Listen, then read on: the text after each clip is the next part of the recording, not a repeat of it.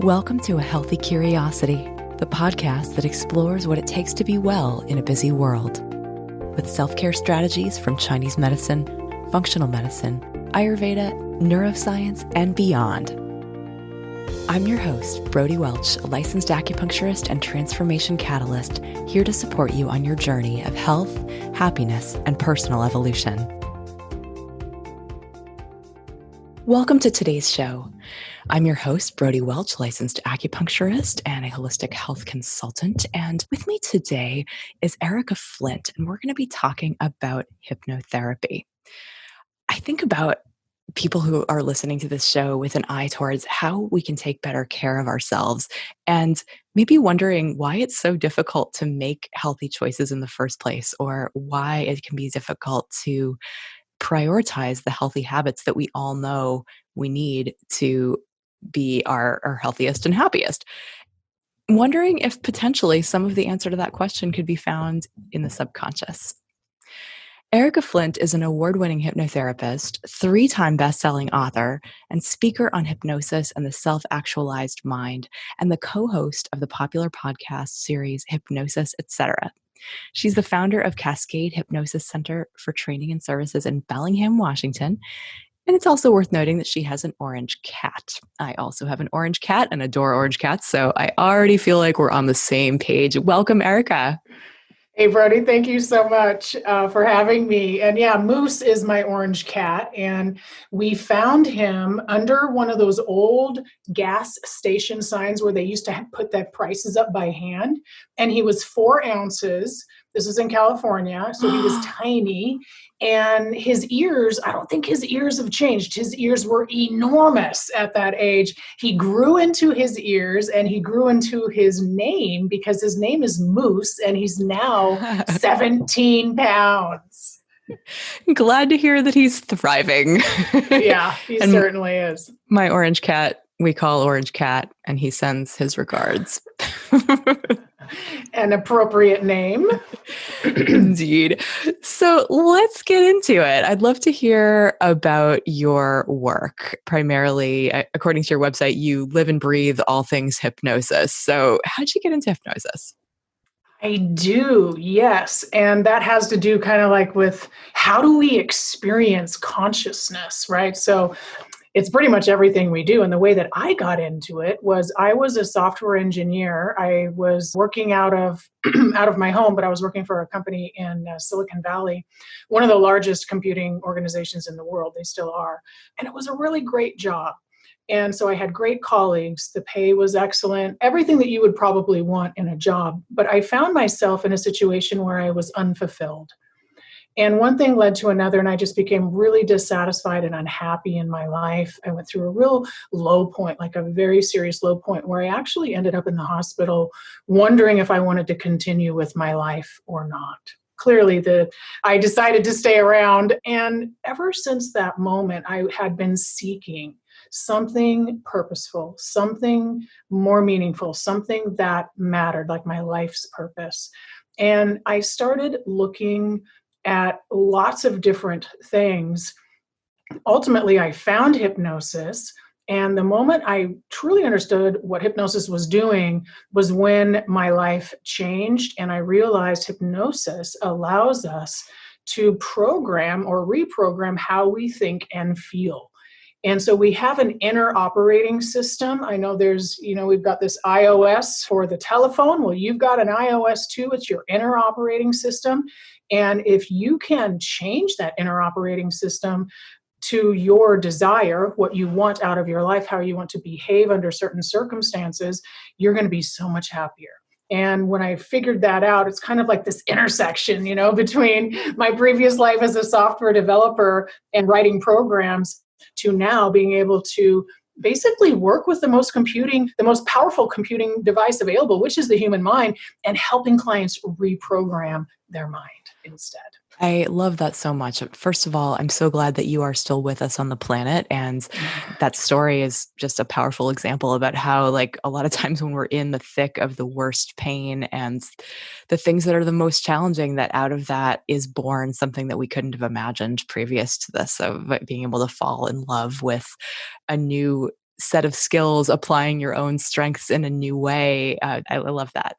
And that it really does seem like the holy grail of being able to tackle limiting beliefs that have been around for a while. I know plenty of both firsthand experience as well as the experience of many of my listeners that we've spent a lot of time on the personal development path, whether that's through therapy or through various self-help, self-discovery paths. And there can be things that we can become aware of, but it doesn't necessarily loosen their grip on us, right? Beliefs like, I'm not enough, for example, is something that like I know that so many people struggle with.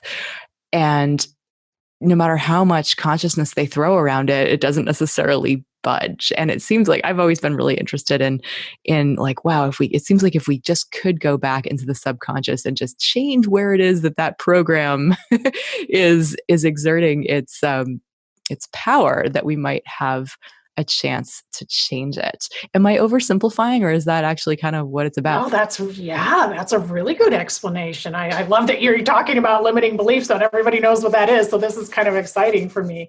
I would say that just as what you're saying, Brody, if we know about the limiting belief, knowing isn't always enough. Now, sometimes it is. Sometimes you can shine, metaphorically, you can shine a light on something, become aware of it, make a change, and it works. And guess what?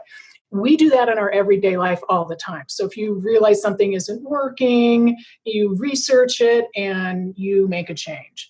Well, with hypnosis and limiting beliefs, just knowing isn't always enough, because a lot of those feelings and behaviors are coming from a deeper part of us, and what you mentioned, the subconscious mind. Now, sometimes we're not even aware of those limiting beliefs, and yet they're still impacting us. So we get a feeling or we get a knee-jerk response, and we aren't quite sure where that came from, and we don't know what's driving it, yet there it is, and it's impacting our behavior. So we have both of those kind of cases where the limiting belief is known, but knowing isn't enough, and then the limiting belief is unknown, and we just have this behavior that comes up every once in a while. Like, I want to eat healthier. You wake up in the morning, I want to eat healthy. You might do everything correct as far as you know. You pack a healthy lunch and healthy breakfast and all of your plans. But then at some point later in the day, you just don't feel like eating healthy anymore. And so, where is all of this stuff coming from and how do we fix it? And yes, it's in the subconscious mind. And really, as part of Chinese medicine, we think of the body as a lot of times where this stuff shows up, right? That Mm-hmm. and tuning into our bodies can a lot of times help us understand what's going on with our minds. But a lot of times, it really is below the surface of the water, like an iceberg, and it's just kind of like there is something that, like, I don't know why I'm standing at the refrigerator, despite my better intentions, but here I am, and recognizing that there could well be something underneath the surface running the show right now. Just as we're recording this, we're in the middle of COVID-19 self-quarantine time. And I was listening to a conversation earlier today about how this is really a collective trauma experience that we're all going through. And so we all might be experiencing some degree of like the fight, flight, freeze, fawn that we could have long ago, like if we have been traumatized in the past, but that right now, if we're all kind of going through collective trauma and we're wondering like, wow, like, why am I feeling this way, why am I reacting the way that I'm reacting, it may well be because of some programming that has happened early on. So just to contextualize this moment for people, like, of course, someone might be listening to this months and months after these social distancing restrictions have been lifted, and it will still be a relevant conversation because we will all have been living through this experience together. But yeah, just Mm-hmm. that recognizing that a lot of times those grooves that are carved in our psyche, those seeds that have been planted in the subconscious, can still be active, whether or not we Right. understand them. Yeah. Right. And sometimes we don't even know that they're there. So sometimes, like, let's say that there is something happened to you when you were little, like 4 or 5 years old. And one term used to describe this is an imprint. So something, you have an experience and it imprints an idea or a concept upon you. And now you're 35 or 40 years old and you don't consciously remember what life was like when you were 4. And so you have what you consider to be, and I'm using my hands, the truth for you, because it's been something you've believed almost your entire life. Yet here you are, 40 plus years old or something, and it's never been true. And you don't remember a time when it wasn't true because it was so long ago. And so that's really one of the insidious versions, I think, of limiting beliefs, is like you honestly believe it's true. And so you don't think that there's anything wrong with it because it's not Yeah. obvious. Right. It's like you've been looking through glasses that are tinted green your whole life, and you don't realize that they could be tinted blue, or they could be tinted Yeah, yellow, such a and the whole world could look different. There's great way to describe that. Well, in Chinese medicine, we have this notion of constitutional types. And, I'm not usually a fan of putting people in boxes and saying like this type determines your whole life. But there is something in my basics of Chinese medicine course, one of the things that like helping people understand their constitutional type so that they can recognize that it's like an overplayed hand. It's like the tool that you go to most often, but it's not the only way of reacting to the world. And Right. so recognizing that like, oh, right, we have all 5 elements within us. It's just a question of which ones we go to survive, and that we can actually change those and pick up a different tool and have a different strategy. But first we have to recognize that our go-to strategy is in fact like that we have choices, right? That it's one tool among many. It's one way of looking at the world that is not the whole truth. It's our perspective, which is not omniscient. Right, right. And there are some similar to what you're saying about Chinese medicine for the nervous system. Some people are more likely to respond with anxiety, and they might kind of do a whole bunch of things. So high performers, because of COVID-19, a lot of high performers are doing more. They're taking more action. But that's not across the board. Like me personally, I tend to not go anxious. I go depressed. So I kind of shut down. And so it kind of zaps my energy, and I just want to sit around and do nothing. So it's the same type of thing, though, because I'm aware of that. Now I can provide better self-care, and I can tell myself, Erika, this is kind of what your brain naturally wants to do under these circumstances, but you can make a different choice. You can kind of overcome that biology and make a better choice for yourself. Well, and you can also give yourself compassion, recognizing that even if our society happens to be yang addicted and prizes those of us who are in hyper functioning mode, that doesn't necessarily mean that we're doing better than someone who is hypo functioning as a result of this collective trauma. And like, if you need to be taking care of yourself in a slow opting out, really just getting into first gear, then that is 100% okay right now.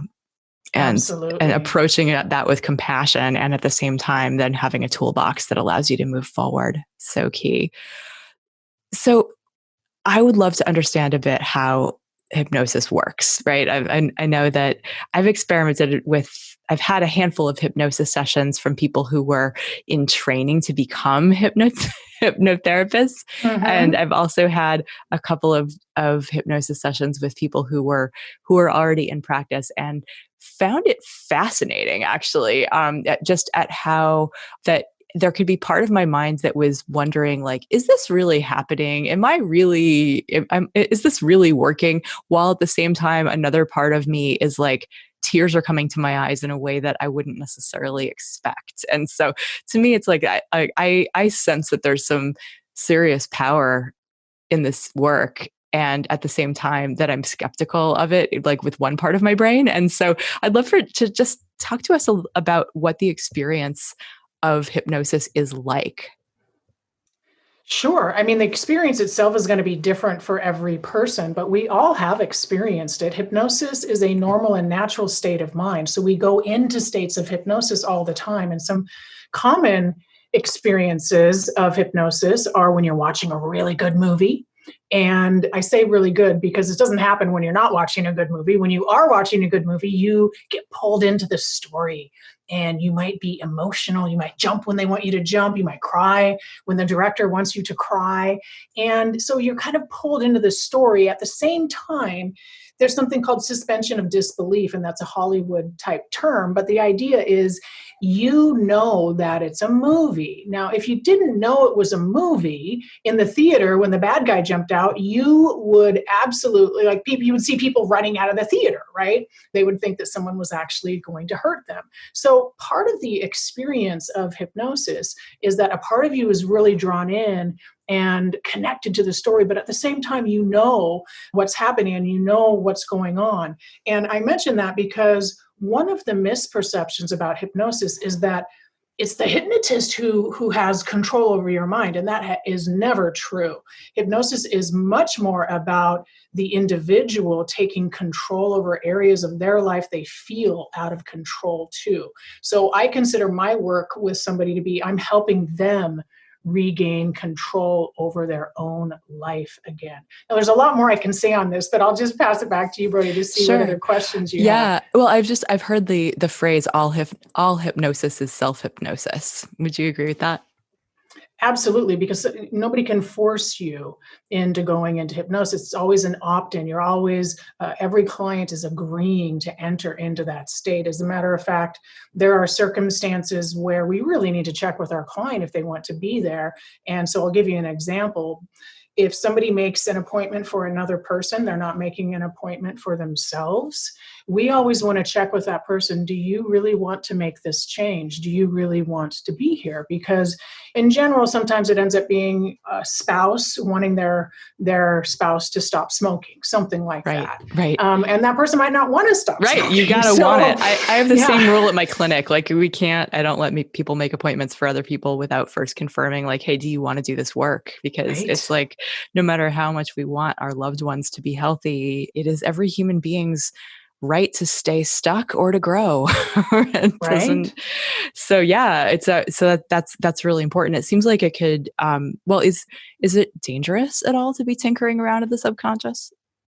No. I mean, everything in the subconscious, I don't think it's dangerous at all. It's driving your behavior. So you might as well take a look under the hood, so to speak, right? And take a look at what is living still there.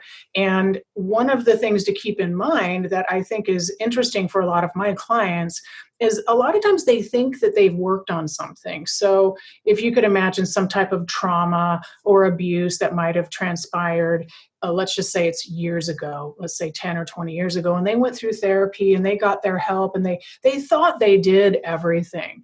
Well, it's very common with the clients that I work with that work is, has been worked on, and there's a lot of it that has been completed, but it's not entirely completed. And so what I would like everyone to know is, like, if it's still bothering you and whatever the situation was, if it's still bothering you, or you still aren't able to follow through on something that so you know the issue and you want to fix it, but you're not able to resolve it, there's still probably something in your subconscious mind that is driving that behavior or those thoughts. Just like what you said earlier, Brody, I'm not good enough. I don't belong. There's something wrong with me. Dad loves my brother more than I do. Why can't you be more like your sister? All of those types of programs continue to run in our mind, even though we don't realize it. It doesn't have to be conscious. It can still impact our behavior. This episode of A Healthy Curiosity is brought to you by the Coaching and Classes division at brodywelch.com. It's amazing to me how many times I get on the phone with a potential coaching client only to discover that they have no idea that I have a class on the basics of Chinese medicine where you can learn about how to take care of your inner ecosystem through the lens of this totally different paradigm. That I also teach online Qigong classes, that I have meditations available, and that it's possible to hire me to just give you a sense of what you could be doing differently with your diet and lifestyle from my background in Chinese medicine, Qigong, meditation, Ayurveda, habit change, essential oils, yoga, and all the other tools that I have spent the last 20 years collecting. Classes, meditation, coaching, and telemedicine are all available at brodywelch.com, Brody with an IE and Welch with a CH. And if you'd like to support the show, you're welcome to make a donation via PayPal. The address is brody@brodywelch.com. And of course, there's plenty of ways to support the show absolutely free that are also greatly appreciated. That could include telling a friend about your favorite episode or taking a moment to write a review in whatever podcast app you use, or going into Apple Podcasts, searching for A Healthy Curiosity and leaving a rating and review there. This show would not exist without your support, so thank you.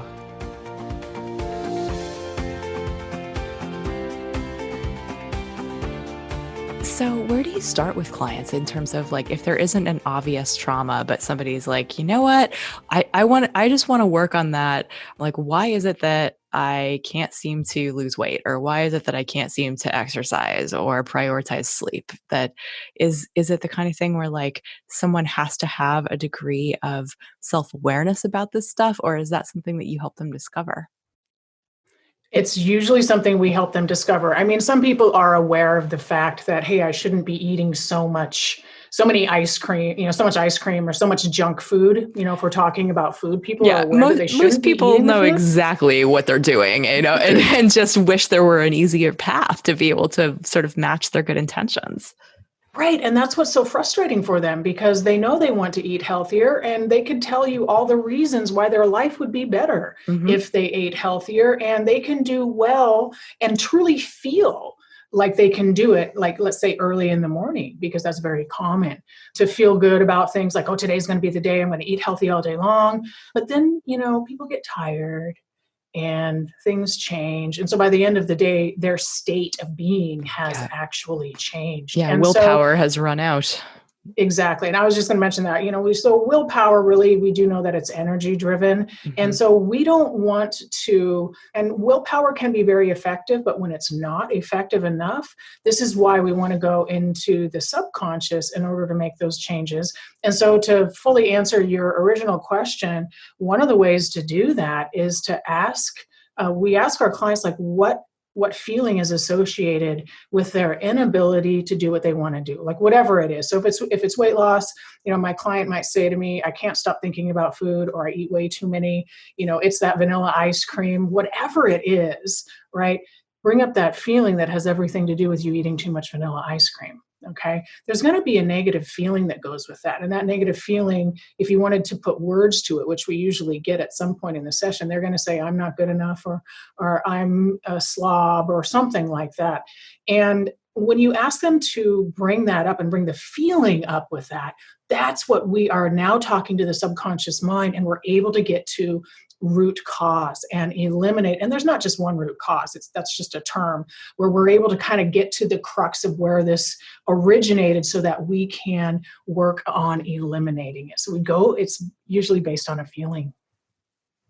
Got it. So you make it you get someone into a state where where you're asking a different part of them, "What's going on here?" And then you're paying attention to that feeling, Right.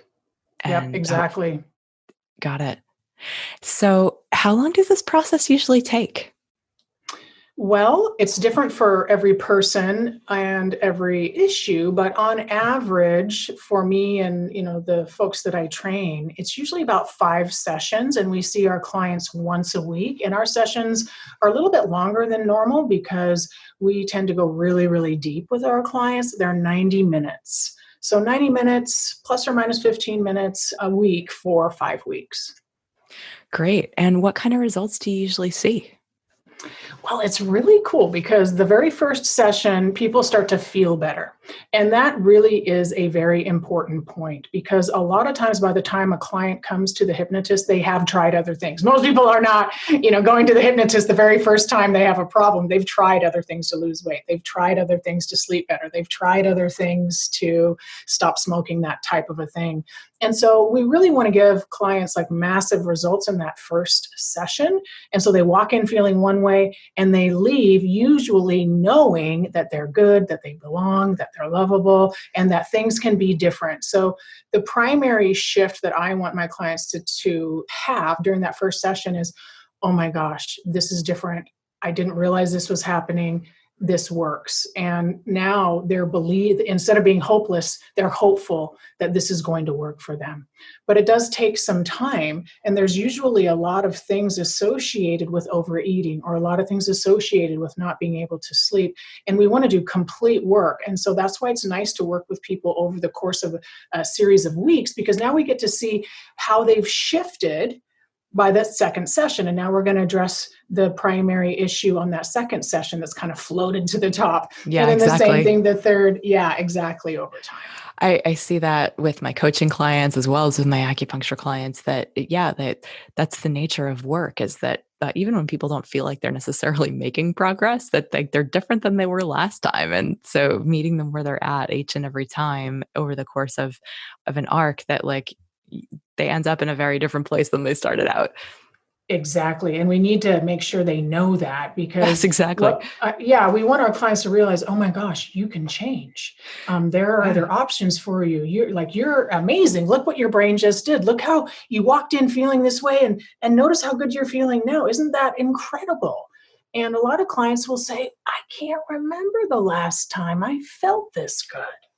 Oh, that's so cool. Yeah, Yeah. really it's amazing how the absence of pain or the absence of something isn't really registered by the by the brain. It's It's like I not. can't even tell you how many times I've been working with somebody, let's say they're coming in for back pain or something like that, and then I'm incidentally putting a few needles in their neck or shoulder or something like that, and then I'll ask them about the neck and shoulder pain, and they're like, "Oh yeah, that hasn't bothered me for weeks," like, but it's like they didn't register it because it Because it's was gone. because it's gone, right? Exactly. Yeah. The absence of what hurts or the absence of pain is surprisingly easy to ignore.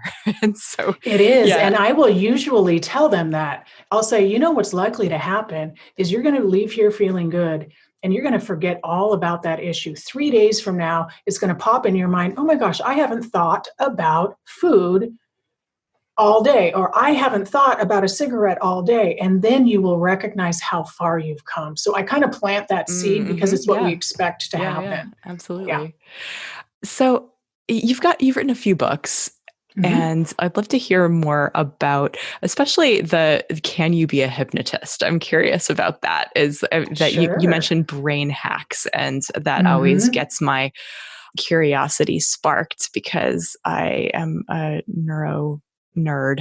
so tell me about what brain hacks you have to share that you feel like people should know about.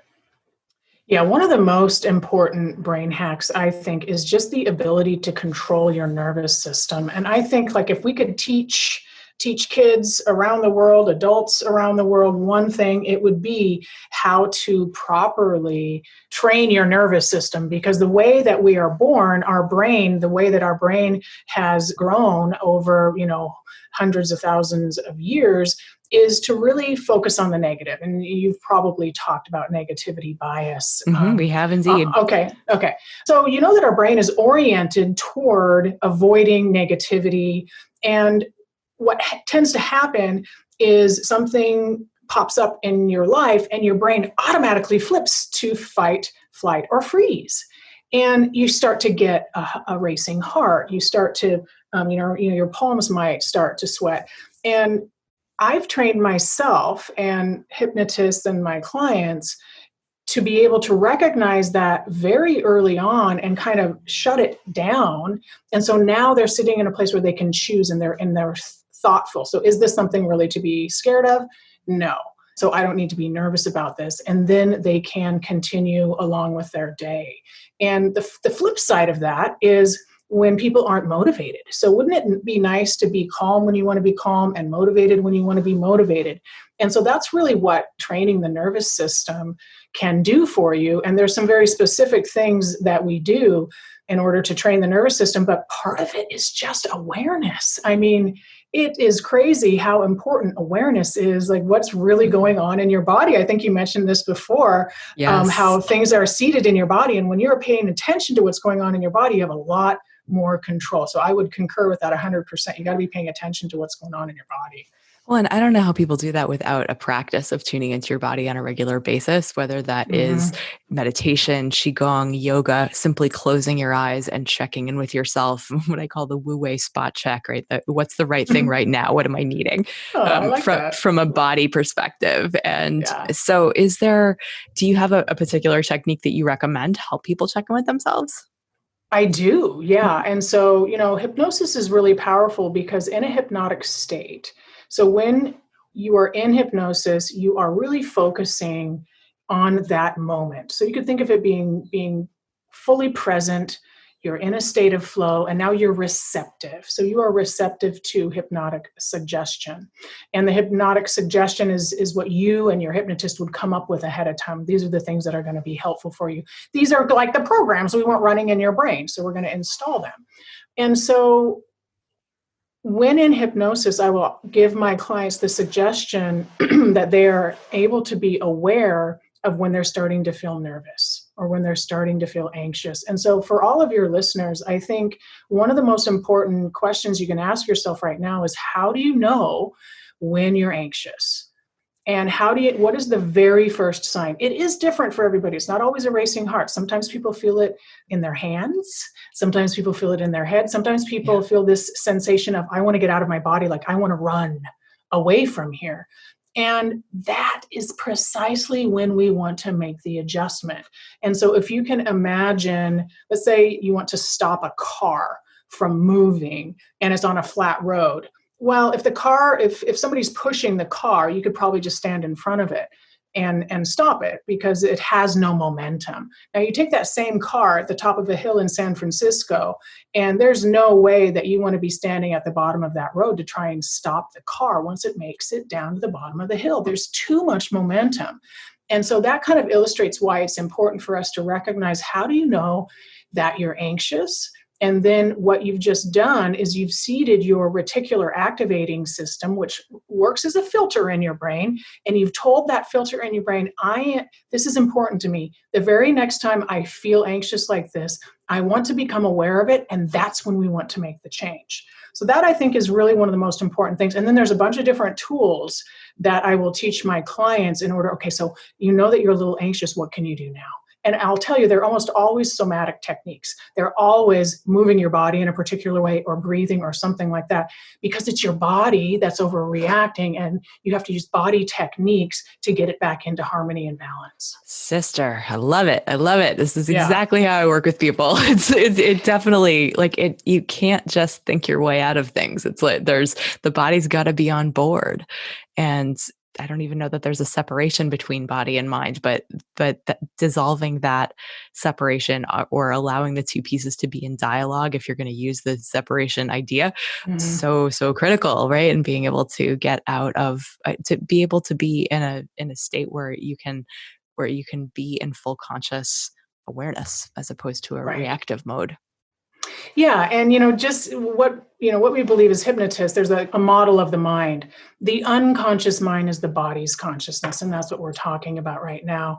And, these are the things that you're born with, your instincts. Your body comes in knowing how to digest its food and beat your heart and that type of a thing. And so when your body is overreacting, and it doesn't always overreact, there are plenty of times when being anxious is the right tool and you can run or you can do those things. But we want you to be able to have a thoughtful response. And so if your body is overreacting, we have to speak body to get it to not overreact. Words don't help. It's kind of like the classic, somebody yelling, calm down, or somebody yelling, relax. That's so effective. It's never going to work. That's going to shift someone into anger probably quicker than helping them calm down. Which in some ways might be therapeutic, but not necessarily the desired result of calm. Right. Agreed. So Are there particular conditions or issues that you feel that hypnosis is a particularly excellent tool for? Wow. I really do think it's good for, this is going to be a generic kind of answer, but imagine that you know what you should be doing. Like, I know I should eat healthy. I know I should exercise every day. I know I should get to bed and stay asleep. I know I should do these things. So consciously, cognitively, you are aware of what you want to be doing or what you should be doing. Okay. However, in the moment, you never feel like it, or you rarely feel like it. So there's almost this gap. And right now I'm like pointing to my head, right? So you've got your cognitive understanding and then your heart. And your heart is what we consider the subconscious. It's where you have your feelings. And so there's this huge gap between what you know and cognitively think and how you feel. And anytime there is a gap, there is a really, really good case for hypnosis, because the answer is definitely buried in your subconscious somewhere, and it's going to help to align your feelings with what you think and what you want. So it can be used for just about anything. I like to because really anything could be in that gap. Anything could be in that gap. Exactly. If people are interested in learning more about your work, where would you suggest they go?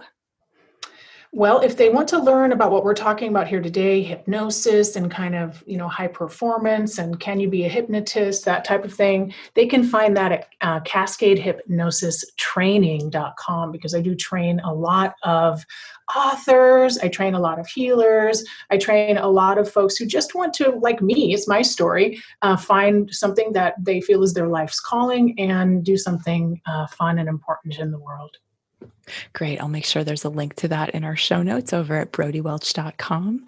Erika Flint, this has been such a fun conversation. Thank you so much for joining me. Thanks for having me, Brody. It's been great to talk with you today. Thanks for listening today. To check out the show notes, get on my email list, or drop me a line, head to brodywelch.com. That's Brody with an IE and Welch with a CH. I'd love to hear from you. If you learned something new or feel inspired to try something different in your life, I'd love for you to pay it forward by sharing this episode with a friend who you think could also benefit, and give them a reason to listen. You'll be helping to create a world where we encourage each other to embody self-respect. Till next time, be good to yourself.